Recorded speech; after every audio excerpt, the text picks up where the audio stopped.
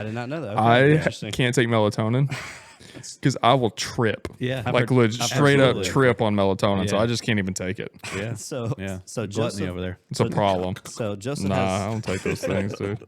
So Joseph has his 2 bananas and he goes to bed, right? And he has some wild dreams. That's right. That's not in the Bible. I'm just kidding. There's no bananas. No bananas. But so he Stories bananas.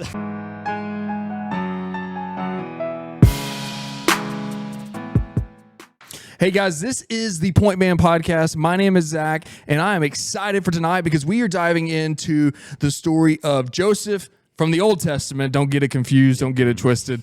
This podcast is for one reason, and that reason is to connect men to the Bible, to help enrich their life, to grow them up, and to bless their family, to bless their community, to be the king, the prophet, and the priest to those that they are in charge of and over in their life and a part of in their life. And so we hope that you will hang out with us as we walk through this story of Joseph as a part of our Act Like Man series, which I cannot explain how excited I am about this series. I'm pumped about it. Joseph is the man. I'm telling you, dude. He's the story that I connect with the most in the Bible. So I'm excited to dive into Christ-like qualities, doesn't he? Yeah, he really does. I guess. I mean, man, I don't have those parts, but the bad parts that he has, I can connect with those. You know, what's kind of interesting righteous heart, with the story of Joseph is, or this not story of Joseph, but this study in general is that each of us kind of is hitting our favorite people in the Old Testament, which is interesting. Yeah, and what I find the most interesting about that is as we walk through this, like we each connect to someone different more strongly. Like this is your favorite. Oh yes. And as soon as I said Joseph, you were like, "Oh yeah, I'm all about it!" Like exclamation points around everything and ready to rock, which I think is awesome. Elijah is one of the people that we're going to be talking about during the semester, and that is my favorite story in the Old Testament. Nice. And so He's a little bit of a cowboy, isn't he? and he's got some sass to him that we'll talk about as we get into it that night. So make sure that you join us on the 17th. January at 6:30 at Sherwood and Cabot. But tonight's about Joseph. Tonight is about this story in the Old Testament, this man in the Old Testament. Let's get into it. Yeah, let's do it. Yeah, so Joseph himself, I feel like he has a lot of pride in the very beginning. I feel like a lot of times we'll see in these stories where they have their life and then they have the fall at the end. Joseph kind of has his at the beginning, which is very interesting. Ooh, that's a great He has point. his little pride moment at the beginning. So for those of you who don't know, you start in Genesis chapter 37, you read to chapter 50 is the story of Joseph. Not that long of a read. It'll only take you if you read 30 minutes, you can read one night. First part, and then 30 minutes second night, you can read the whole thing. Yeah, it's not bad. It's over pretty quick. Action-packed the whole time. It is. It's not, like Deuteronomy or something like that. It's not like... it's got over here dogging the Bible. Well, I'm just saying, like it's not like a bunch of begats going on there, like the rest of Genesis. Very interesting. And if you like the stories, and if you like a beginning and a middle and an awesome point and then an ending, that's the story you want to read because it gets you hyped. You're rooting for the underdog the whole time. 100% every time, yes. And I feel like it's it's a sneaky story of forgiveness is in there, and we could talk about that in a little bit. There is. And then a little sneaky story of revenge. Yep. That you don't think about, and you're like, everybody loves a good revenge story. There's also inside of that moment where he has the opportunity to forgive, there's a little bit of that, like we see him decide. Like we see him make the decision of whether or not he's going to be the righteous one and forgive, or he's going to be the selfish one. And yes, so we can kind of dive into that beginning of it. Joseph is the youngest son of 12 brothers. He's the youngest. There's the 12 tribes of Israel that come out from this son of Jacob. Through the Abraham line. Yes, so it goes Abraham, Jacob, Joseph with his other brothers. But anyway, long story short, at the beginning of it, you can say he has a lot of pride and he has dreams. There's a lot of dreams connected in the story of Joseph. I'm not sure why that is, and I know God will use dreams because it has used it in certain spots in the Bible where it talks about a lot in the Old dreams. Testament. A whole lot in the Old Testament. And I feel like we don't talk about that a lot, but I don't know, think about your dreams and think about what maybe God might be telling you. Sometimes they're wild. Sometimes my dreams are too wild. He just got super spiritual. Hey, if you want me to, I'll have to give you a little tip about some dreams. Sure, man. If you want to, my dreams are kind of off the wall crazy. Eat so at least like 2 whole bananas before you go to sleep. Okay. If you raise your potassium level, you'll have some pretty vivid dreams. I did not know that. I can't take melatonin because I will trip. Like straight up trip on melatonin. So I just can't even take it. So Gluttony Joseph over there. It's a problem. So Joseph I don't take those things, dude. So Joseph has his 2 bananas and he goes to bed, right? And he has some wild dreams. That's right. That's not in the Bible. I'm just kidding. There's no bananas. No bananas. But so he Story's bananas. So so he has a dream where he's basically the boss over his other brothers. If you read them, there's 2 different dreams that he has. And his brothers do not like that. They absolutely hate him because of that. What was the one I'm saying? It's the threshing of the wheat or whatever. Yeah, right. And his stands up, and the others all bow down. And those are his brothers. They all bow down to him. Right. You know, they didn't like that. Do not like that. And for being the youngest of 4 kids, 4 brothers, I have 3 other brothers. I can kind of relate to Joseph's story in that, or like you're the younger brother, and what do you know? You're a kid, and I feel like I can just like you haven't earned your put stripes myself yet in Joseph's shoes a lot. I don't know if that because you kind of pointed that out. I was like, do you relate to Joseph? I didn't think about that this week. I'm like, maybe I do kind of relate to Joseph. And then I read the story again today. I'm like, yeah, I relate to Joseph. There's a lot of things. I kind of relate to the older brothers. There was times I'd have sold my younger siblings. And oh man, yeah, I'm an older brother of 1, but yeah, I'm still the same. But maybe Jacob and Ishmael with me, you know, a little bit, you know. Kind of trick him into getting the prosperous land. I just sold my younger siblings. They'd have figured it out. They'd have been all right. My brother, good quality. I could get good price. Yes. Good stock. Yeah. So Joseph's older brothers sell him into slavery. He goes out into the field and hangs out with them, and he thinks it's all good. Dude, yeah. And his older brothers actually beat him up and put him into a cistern, and they sell him to be a slave in Egypt to some people that are just passing by. Yeah, in a hole. And like just just lonely. pushing on a hole. And I feel like that's a spot where I was thinking about, like, later on you see it's foreshadowing, right, of what's to come. They will eventually bow down to him. But in that moment where you're getting sold into slavery, I feel like there's 2 hates in that part. So Joseph, it's your brothers who are your brothers, and they are his half brothers, but they sell him into slavery. How much hate would you have for your brothers who just sells you into a slavery? Like, how much? Like, you just kind of gloss over, like, okay, yeah, they sold them into slavery.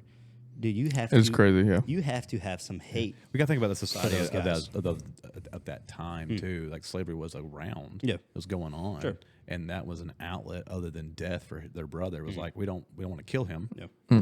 They chickened out. Right. Yeah. Right.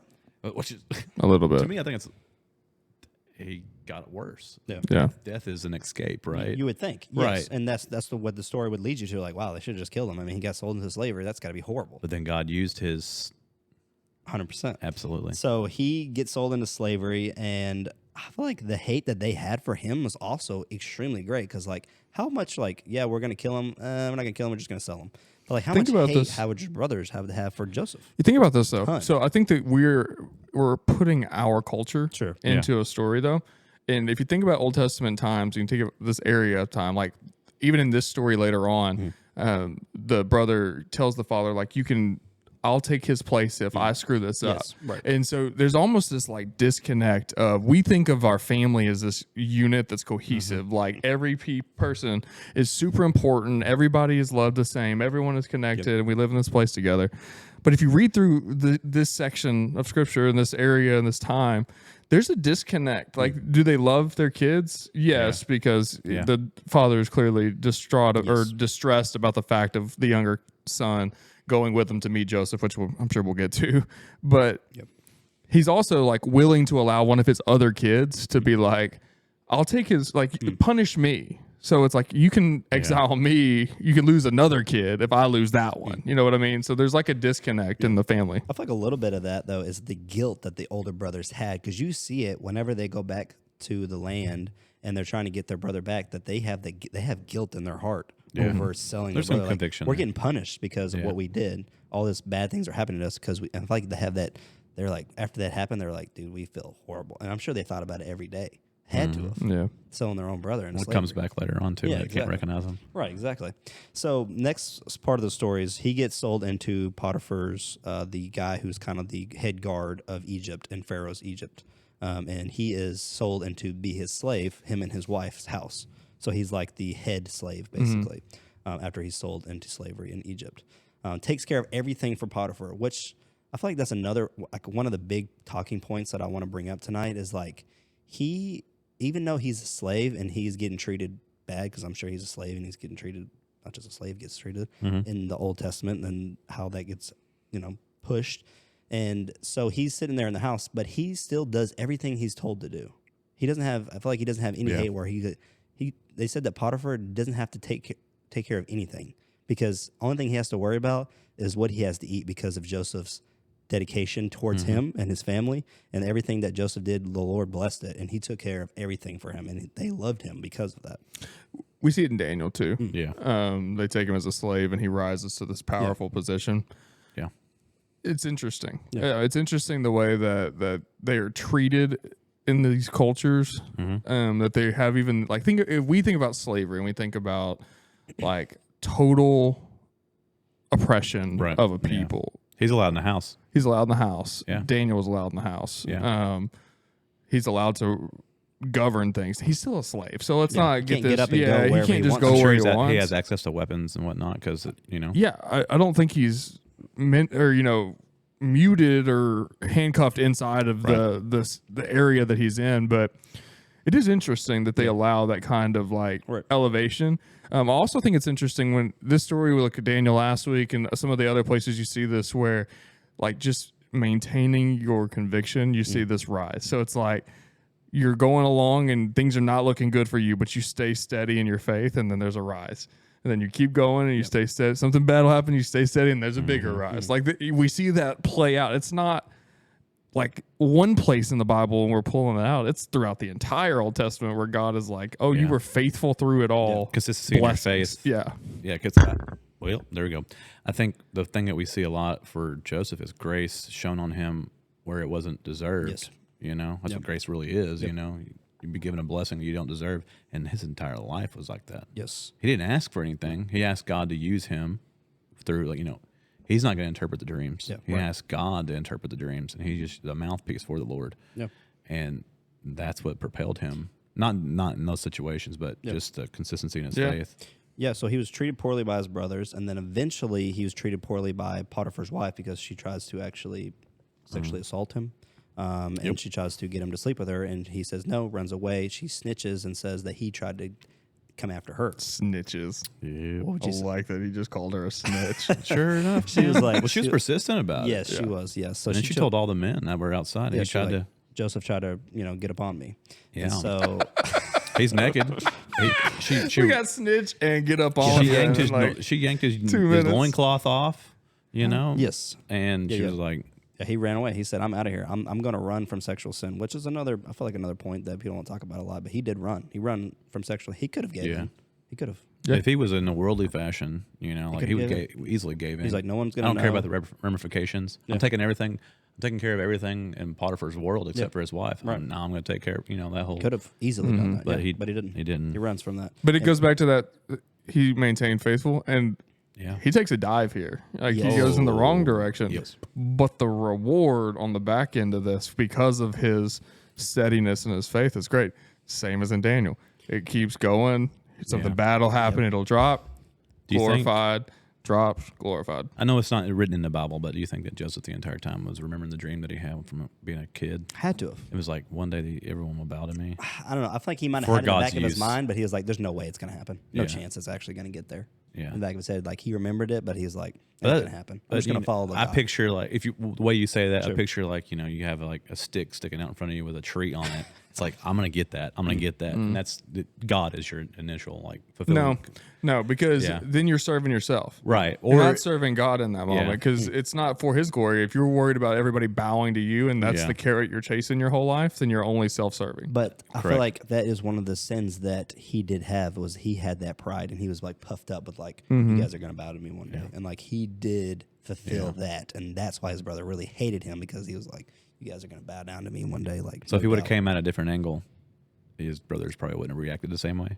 Maybe but not. God would use his negatives for positives all the time. Yeah. So, but he was very puffed up with pride. That's pride. this whole study. Absolutely. This whole study is how God uses flawed men for his glory. Amen. I mean, that's the whole thing. Yeah, well, he uses us too. So, okay. What happens after the so sexual assault? I got one question on this whole this confidence versus arrogance type of debate. Yeah. Is confidence wrong? No. No, but I feel like he had so much confidence that it led to his pride. Where's the line then?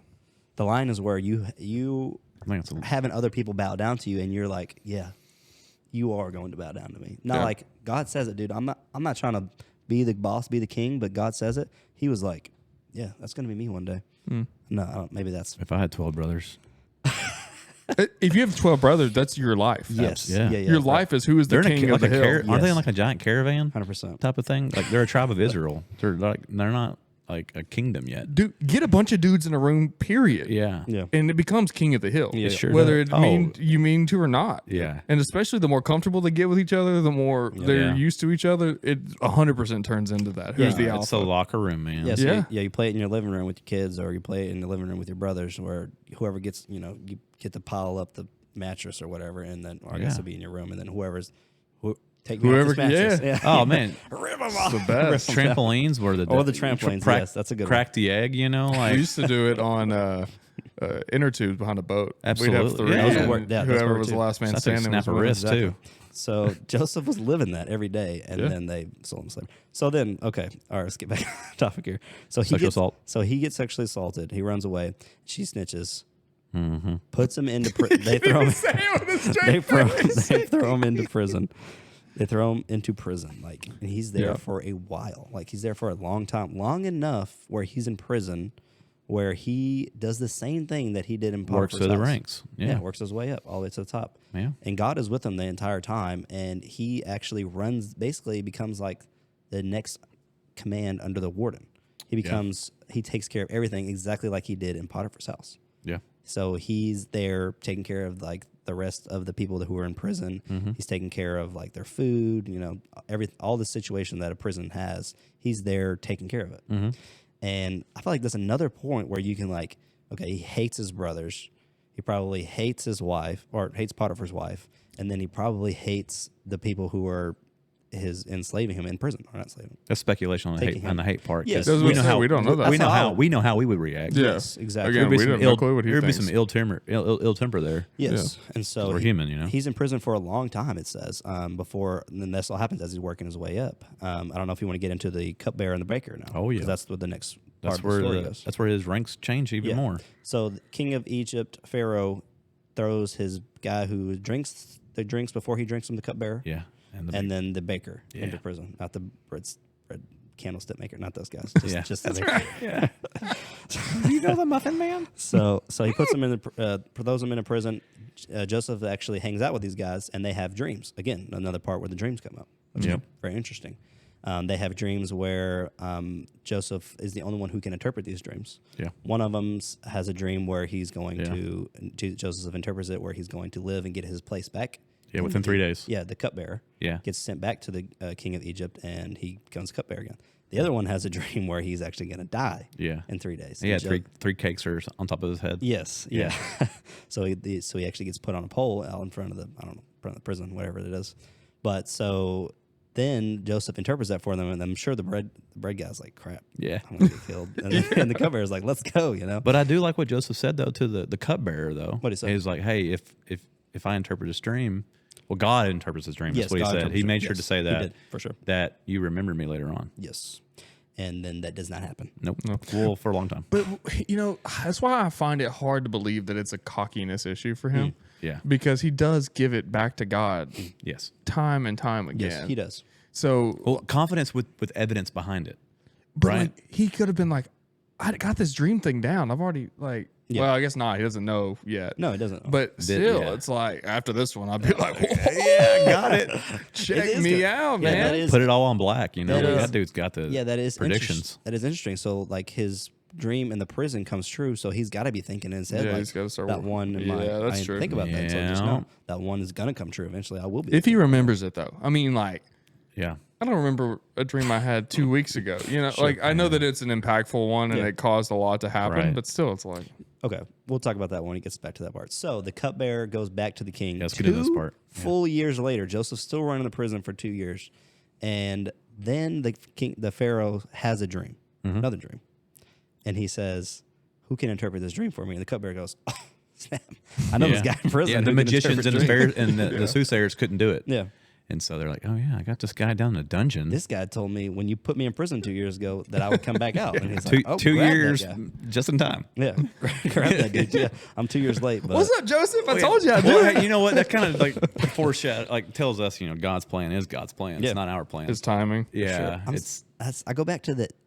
You would have to have hate for that guy. right? Right. You're sitting there for 2 years. Oh, like, man. dude. Yeah. You said you were going to remember me and tell the king and tell slash his tires or push his chariot over. You know. Right. What if a story like this isn't just the story, but what if it is a test for you and I when we look at this and you're like, you'd have to have hate. What if he didn't?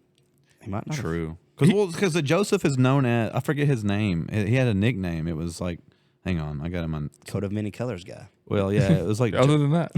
But you know dreams but guy. you know what I'm saying? Sure. Like, we're putting in our thoughts, our culture, our. Well, his nickname was Joseph the Righteous.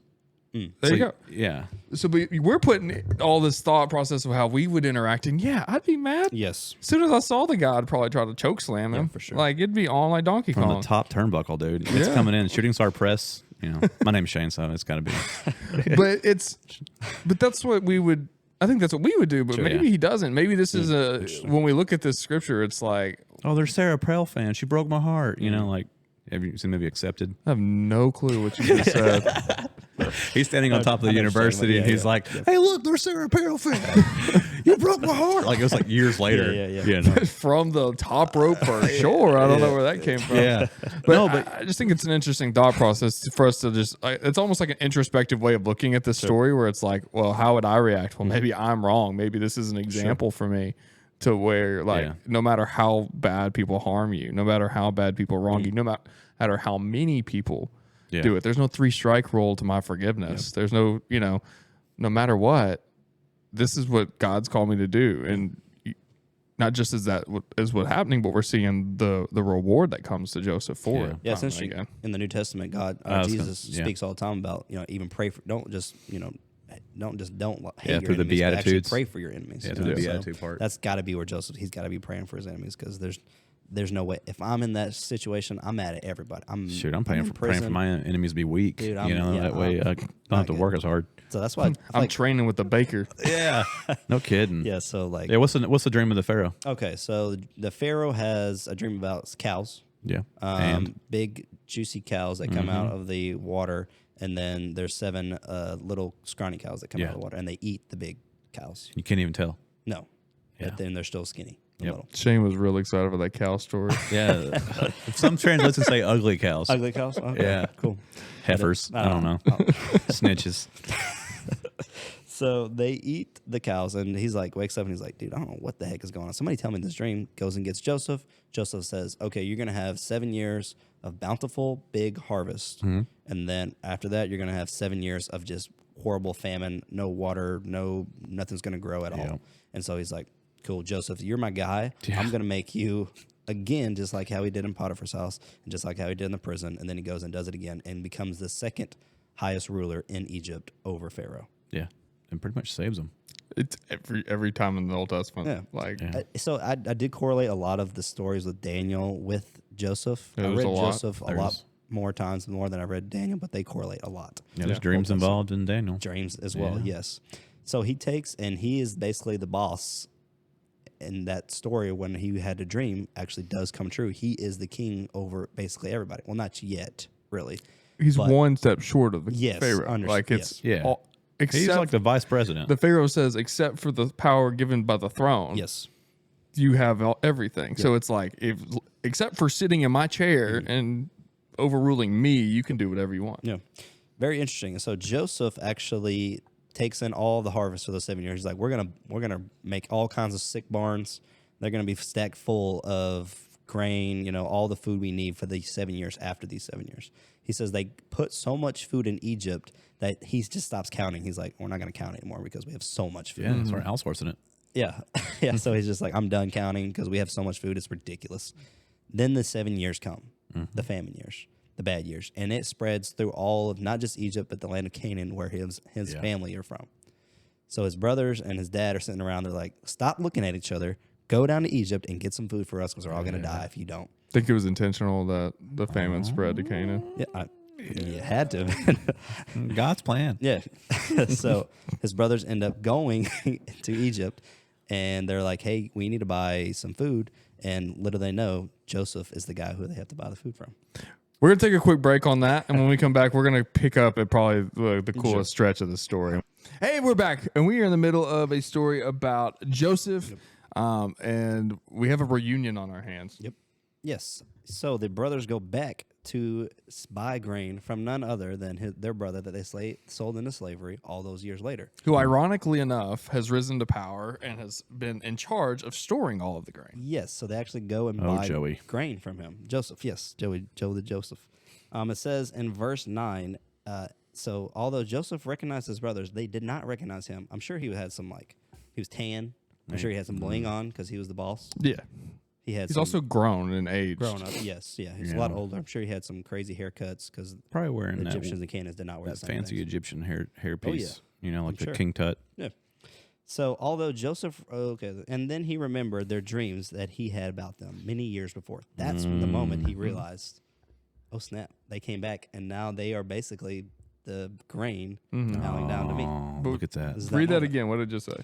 It says, and he remembered the dreams that he'd had about them many years before. So he remembered it in that moment. Yes. He had not been dwelling on it for that whole time. He remembered it then. Yep. God was like, hey, I'm bringing them back. So let's reflourish those memories. So there was no, based on that, and I'm built up animosity over the years. I'm sure there was a time frame. Yeah, but I'm pulling a little bit here. But we were talking last segment about was that fuel? Yeah. I think this pretty much erases that. It wasn't fuel. His fuel was that he was just going to do what was right in the eyes of God throughout his life.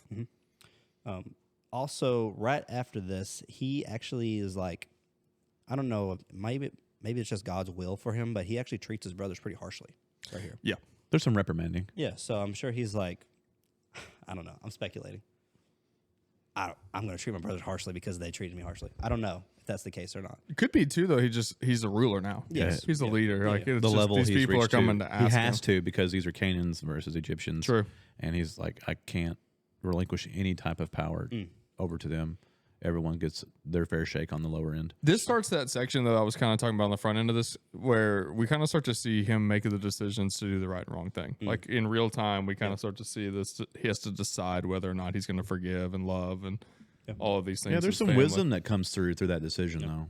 Like it's a very, it could be catastrophic, or it could be, how's this going to benefit God's glory through the mending of a family? For sure. Yeah. So they go and he treats them harshly and says, "You guys are you guys are spies. You're trying to actually come into my land." He makes up the story, which he knows is not the case because gotcha moment. He knows who they are. Yeah. They don't recognize who he is, and so he says, asks him a lot of questions. He eventually finds out they have another younger brother, and he says, "You need to bring that brother back to me, or you guys are all slaves." Who is actually his full brother? Benjamin. Yes. Yes. So that's Rebecca's the difference. other son. Yeah. Yes. Next. Son. Only other son. Yes. Correct. Little Benny. So these are his half brothers. Those are half brothers. This is his actual full brother. And I feel like blended family, probably not really sitting eye to eye. Probably multiple wife situation. Yes. So Jacob and Leah, two different wives Jacob had. So he goes and they leave one of the sons there with him, and the other ones go back and tell the father what happened. Tell Jacob what happened. So he actually puts the money back into their sacks. He sells them grain, puts the money back into their sacks, and they go and they're like, crap, they're going to kill us because we get the money and the grain. And the father's like, all right, put the money back in there. And why did you tell them that you had another brother? And he's like, how was I supposed to know that he would want them to bring the brother? I thought about that point a lot. I don't know if it actually makes any part of the story, but it's interesting that his dad goes, why did you tell him they had another brother? He's like, how was I supposed to know that he was going to ask to bring the other brother back and leave one of them here? Yeah, you showed all your cards. Yeah. But they're like, that is interesting. Jacob's still wise in his old years. Yeah. One thing we didn't talk about is that it's his favorite son. Yes. Joseph is his favorite son. And yes. so there's some animosity even outside of him saying that he's going to be the ruler of his brothers. His father already kind of treats him like that. Yep. This is a similar, this is the other son that by that same wife. So this is now the new favorite son. Yep. And so there's a deeper connection Yes. with this son too. And so he's trying to protect, he's like, I already lost my favorite. I don't want to take number two, you know? Yeah. So eventually they take his youngest son back, Jacob's younger son, back to Egypt with them. And they come back again. And Joseph actually sells them more grain. And he puts a gold silver cup into their the king's silver cup into the bag, and they take it back, and they're like, "Oh, dude, we're toast." He's because he treats them harshly again, and he says they're toast, and he says when they come back a second time, they actually don't make it all the way back to the land with the king. They just come back with the cup, and that's when Joseph's breaks down and says, "Everybody leave the room. this is the moment where I'm going to tell my brothers, like, I'm alive. The reveal. Here I am. Here's the reveal. And that's the revenge moment where I feel like you're reading the story, like, dang, let's go. That's awesome. Yeah. Make really a movie cool. about Like, that part. He could have, they did. And I watched some as a kid's movie, but I watched it this week. So, so that's the moment where he's like, he could have got him. Like, he could have got you. Like, you took the cup. Could have put them in prison. Could have killed them all. Could have put them all in prison. And he doesn't. Yeah. Shows a big part of Joseph's life. And then, like, that's a spot that you're like, man, Joseph could have really stuck it to his brothers that sold him into slavery, that he should have and he could have, and he had the right. He clearly thought about it. Justification was all for every decision he could have made. There's justification behind it. Well, he clearly thought about it because he put the money in the sack. He put the cup in the sack. Yeah. Like, he wasn't like, oh, I forgive you. Like, that's not the story. No. Story isn't like, oh, you wronged him. He survived. They come in and like, oh, happy family. makes him Like, sweat a little bit. I'm still holding grudges on people that beat me in Mario Kart like 20 years That's ago. what I'm saying. This thing got sold, man. Yeah. Yep. Yeah. Not beating Mario Kart. Luigi didn't win. There was, and so we don't know his age. We kind of know what his age appropriate was. It's probably older now. Yeah. Older, yeah. Just think about all the. Yeah. All those years. Those years that he could have just. He wouldn't do anything in prison until he rose to the ranks. So there's probably a good year or two where he was just. Yeah. So, so they plotting. Yeah. No, I 100% agree with that. I mean, he does something to catch the eye of all of these people. Yes. So it's not like he's just sitting around doing nothing. He's doing something honorable that they're like, well, one, intelligent and honorable because they allow him to manage and to rule Apparently, he was things. really good looking too. Yes, very good looking. Yeah, Strike which on is handsome. another theme. If quality. you look through, like Daniel too, they take Daniel into his house, into the king's house because he's of the pretty class. Good genes. Interesting. So with you being the youngest of all your brothers, are you the best looking? Oh, I don't know how to judge that. I feel like we all look very similar to each other. I feel like No two Phillips look alike. No, they don't at all. No. Usually they all have facial hair. They make me shave my beard, or I would have a beard as well. But yeah, government kind of owns you right now. Yeah, they own me. But so I'm in the military. For people who don't know. But anyway, so What would be the alternative? I don't know. It just seemed weird. We're talking about weird things, but so they come back again with the cup in there. And so Joseph like breaks down and weeps and says, "You guys are my brothers. I love you guys. That's right. Love you, dudes. And you need to go back and get Dad and bring him here and bring everybody. I'm going to give you guys money. I'm going to give you guys everything you need. Sweet, awesome land." So they go back. Goshen? Yeah. It's the land of Goshen, which is super awesome. So they go and get Jacob, and it's kind of cool. I feel like the scene is probably really awesome that actually happens in real life, where they go and Joseph gives them like these big trailers and like all these people to go with them, like big moving company. Yeah. It seems like. So he goes and like, get all your stuff, bring it all here. We're gonna party it up. See, I thought about it more like Beverly Hills Hillbillies over here. The Clampetts coming to town. when I was reading through that. My thought process was more like in those like old medieval movies when the king comes to town and it's like The chariot. all of the like entire universe flags next to him and everything. That's what I thought of. Yeah. So he says, Convoy, man. Yeah, I'm gonna give you this money. I'm gonna give you these people, horses, chariots, and everything. Go get all my people, Dad's people, and all of our people, and everything we have, and bring it here. And we're gonna live here, and we're gonna prosper here. Because the famine's still going on. Yes. And bringing them to prosperity. Yeah, we still got food here. We need to bring everybody here so no one dies. Yeah. So they go in there, and Jacob is just overwhelmed with happiness. He's so happy. He said he revived his soul. That's what it says. And like he's just pumped up that his son that he loved more than all of his other sons still alive, and he's the number 2 dude in all of the land. Because at this point, there's no more food in that land anywhere. No. Egypt has all the food, so he's basically not only is he number 2 in Egypt, he's number 2 all over the place. He's a powerful dude. It's an empire. Yes. It's a giant empire going on, and they're taking care of other empires. Yes, because they don't have any. Yeah, other kingdoms. Right, and they're taking care of all. Well, in this story, and it's not really a part of Joseph's story necessarily, but like people are coming and they pay for the grain and then they run out of money. Yes, that's the part after he brings it back in. Yeah. And then Joseph's like, okay, then bring me your animals. Yeah. Like, so essentially he's just amassing this like this swap meet going on for Pharaoh. Yep. Well, he's just accruing power by he has everything. Yeah, he's bleeding people out of everything and taking power through that way, or at least the Pharaoh is through Joseph. But so Jacob comes with his family and they live in Egypt with them, and I feel like it's a big party, huge. Everybody's cool, everybody's happy, and he's like, make sure you take my bones back to my land whenever after I die. Yep. And he does that, and then right after that's the point you're talking about, where he basically owns everything because everyone's like, well, I don't have any food. What else can we buy? And he's like, well, you can sell me your animals. So Joseph buys everybody's animals. And they're like, well, can we just be your servants and take 1/10 of everything? And so he takes them and their property, basically. Yeah. He owns people, property, animals. He owns everything. Everything. Yeah. So think back to that story whenever he's in his tent with his brothers and he's having that dream where they're going to bow down to him. And you're like, that's crazy, because like that's like the story is like so good in that moment, where it like kind of goes full circle, and why the story is so awesome because it comes true. Well, there's different kinds of slaves in the Old Testament too. So there's like, we captured you, you're now ours. Yeah, which is that's the definition of slave that we would think of. It's like total poverty, control. slavery. There's also indentured servant. Indentured servant, yeah. Which is probably more what's going on here, where they're like giving up themselves to pay off a debt, which in the law, Moses kind of lines out how that works and how when they can go free and when they how they can go free and what they get to take with them and all of that. It's in that long law section of the Bible that nobody likes to read.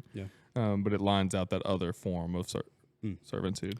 But yeah, just kind of put a bow on the end of the story itself. Jacob and Joseph die in Egypt, and they actually forget all about everything that happened in Joseph's time, and they become very large in Egypt, and the new Pharaoh doesn't like the Israelites anymore, the Hebrew people, and makes them slaves. So that's kind of the ending of the story of Joseph and Jacob. And kickstarts Moses. Heck yeah. Yes. The bad dude. Yeah, heck yeah. But so I was just going to ask, like, what do you think? I know we talked about a lot, but like, what of our 3 points that we're going to talk about? What were the biggest talking points of Joseph, and what can we take away from it? Yeah, so I think what made him significant was that when we look at Scripture, we can look at a man who, very much like Daniel, was consistent in his faith. He, through the hard times, the bad times, there's no point in Scripture that points to where it would make us believe otherwise. Like, there's no point where he's like, God doesn't exist anymore. He didn't pull a Jonah. No, or a Job, where Job wishes he'd never been born. Like, there's all these points that you look at where these people are like, I'd be better off, or I wish this didn't happen. We don't really see that for him. Showed a lot of courage, no cowardice. Yeah, and I think some things we uncover just in our conversation, like, I think he sets a great example for us and how that we interact with people who have wronged us in our life. And I think that's something that we can take from what makes him such a good man inside of Scripture. Yeah. I do think you're right. I do think there's some like cockiness about him at times. I think the story it could go two ways. I don't know how I really feel about this. I'd want to think about it more, but about him taking the people their food, and because it's like, is it uncharitable? Yeah, no, he was giving them food, so like they actually asked for that. They were like, just make us your servants health and so safety. we can have food. Health and safety was we're number one going to die either way. So but I think he was actually here's what I'm thinking, and let me walk through this for a sec, because is it profiteering and wrong again, or is it I did what I was supposed to do? Yeah. I protected my people. God gave me this revelation, and I acted on it. That you still are going to get to live, but you didn't have this, plan. You didn't plan for 7 years like we did, and so, you're on your own. I don't know. God didn't give those the dreams; they gave the dream to Joseph. And right, Pharaoh. Which God does not play in the Old Testament with people. So there's lightning bolts and fire from heaven and plagues, like 7 of them bad boys. So yeah, I could see the cockiness being a little bit of the deal there. The thing that stood out to me though about the lesson, like using a flawed person, it's so clear though. He's been so forgiving of so many people until his brothers come, and he thinks twice about putting them away. Oh man, he seriously, without the younger brother being there, who knows? I think there's a connection through that to his dad too, and the fact he gets to see his dad again. But without that younger brother being born, like, listen here, I've got some family issues, and I didn't speak to my family for years. And then 2 days after Christmas in 2021, I texted my dad and was like, "Hey, let's get back together." Yeah, it's awesome. And it's been unicorns and rainbows ever since then. But dude, I thought about all kinds of hatred stuff towards my family. If he needed help, I'm not going to help him, or if they need like money issues, because done well in life, and they kind of petered, you know, if you want to look at it that way. And dude, I don't know the level of what he was going through with that, because like I'm looking at, you know, back then they probably get away with murder back then because they didn't have CSI, you know. Nobody was coming. Yeah. No, nobody. They was didn't coming. have police, so like they threw their brother in a pit. Yes. A cistern. That's a water collection system. Yep. It's pretty much a shallow well, and he's gonna die. Yeah, that was the point. Yeah. Luckily, God sent some people to come pick him up, take him into slavery, which is, in our eyes, you know, better than death. But I believe death would be the better way than slavery, depending on the. In our view of slavery, right? Yes. This view of slavery, I don't know, because there wasn't, like, in modern times on what we know as slavery, there wasn't an opportunity to become the Pharaoh's number 2. That you weren't going to become vice president. That wasn't a thing. He has an opportunity to increase his status even out of slavery. You know, I think I was talking to a guy the other day, and he was in the military, and he was talking about how, like, his mind goes because he's having to do something different, and it's going to take more time away from, like, his family and his life and stuff. And he said that, you know, whenever I make these decisions, I make them very, like, mission focused. Yeah. Like, this, I have to do this to get to this point in my life. And so whenever I'm thinking about this thing, I don't meddle the two. Yeah. Like, it's a decision here. We do this thing for this reason. Yeah. I wonder if Joseph's going through some of that in these moments where it's like, I could be mad. Yeah. And I could dwell on what my family has done to me. And I can be miserable, and I can die a miserable wretch in this place and never amount to anything or do anything. Or he's got this confidence in himself and in God where it's like, let's figure this out. Yeah. Let's make the best of this. Like, we're here, we're at Potiphar's house.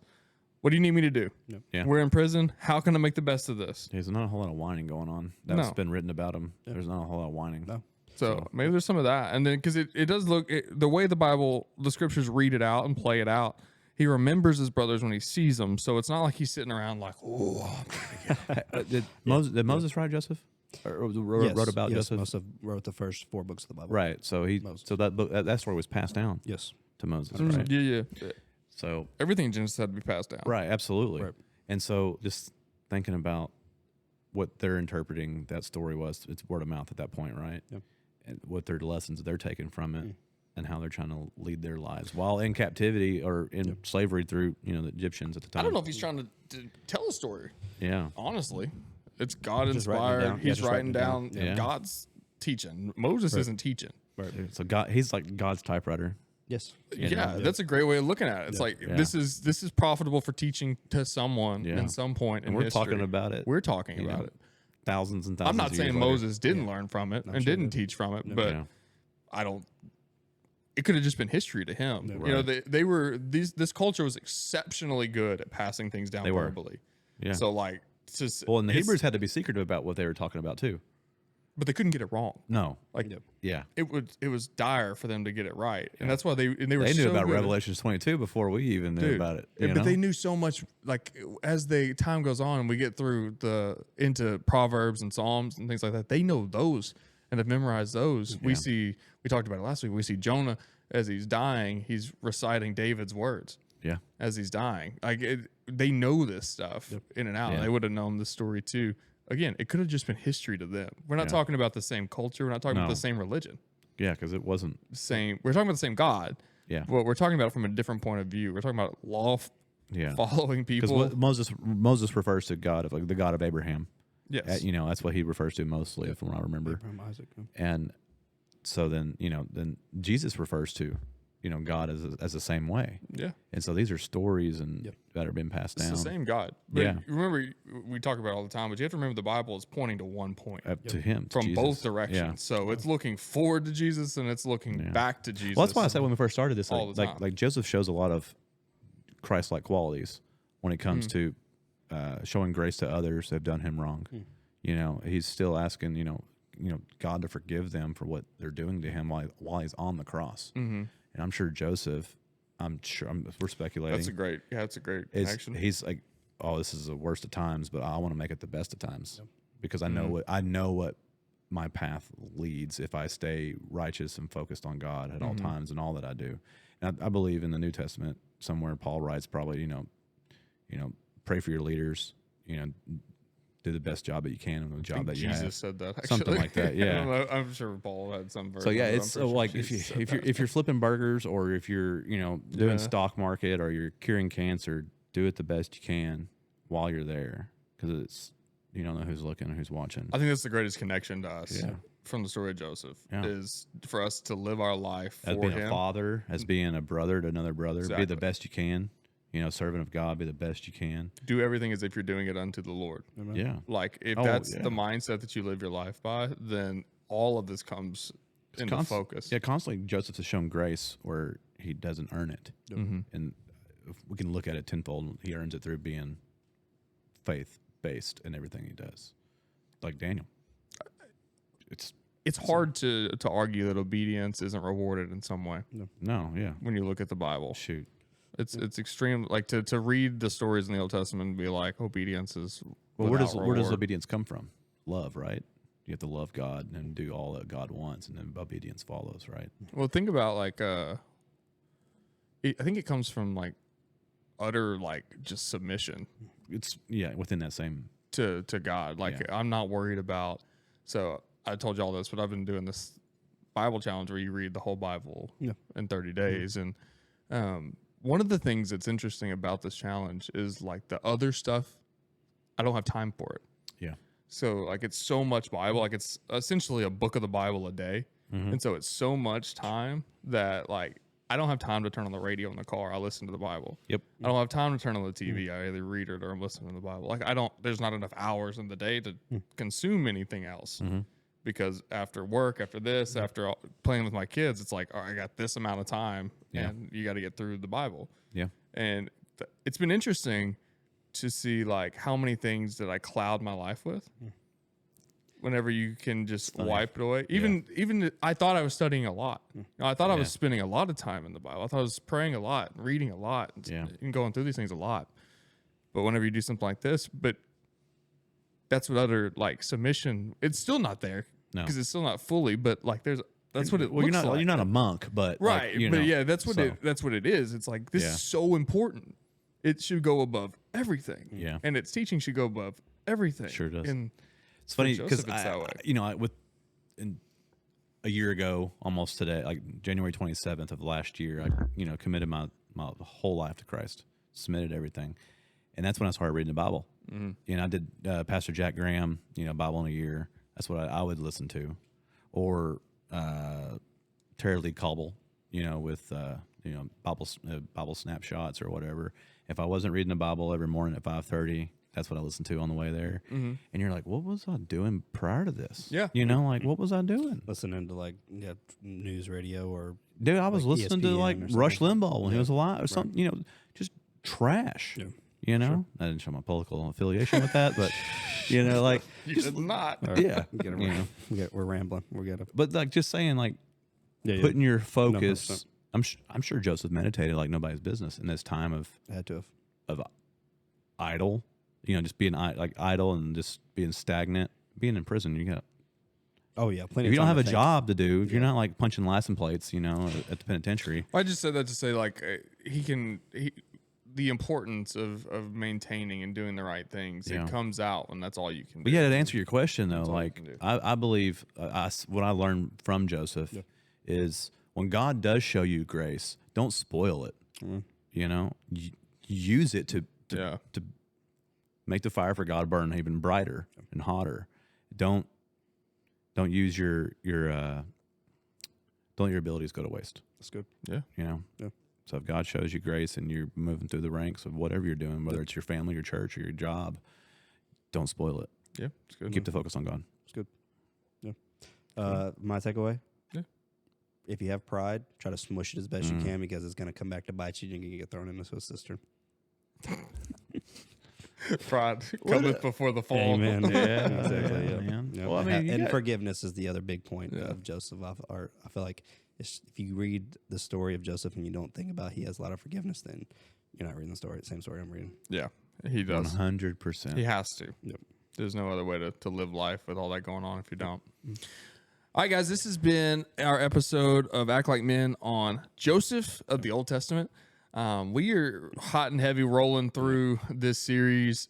Actually, I said a bunch that this thing starts on the 17th of January. This episode's going to come out on the 18th of January. So come join us next Wednesday, 7 days after the 17th, because I can't do math in my head right now. 14th. I can't see. 24th, the next week. Come the next week. Oh, yeah. It's not my 7th. It's the 24th. 17th and 24th. 14th. The 24th at That Church Sherwood, That Church Cabot. And go check out this last week's episode of the actual what we're doing inside. It's a little bit different. It's a message. We're diving into this in a different way. This is a podcast. This is a conversation. That is teaching. We're diving into this thing, and we're going to attack 4 specific men of the Bible. Week number 1, I'll spoil it if you haven't watched it yet. Moses.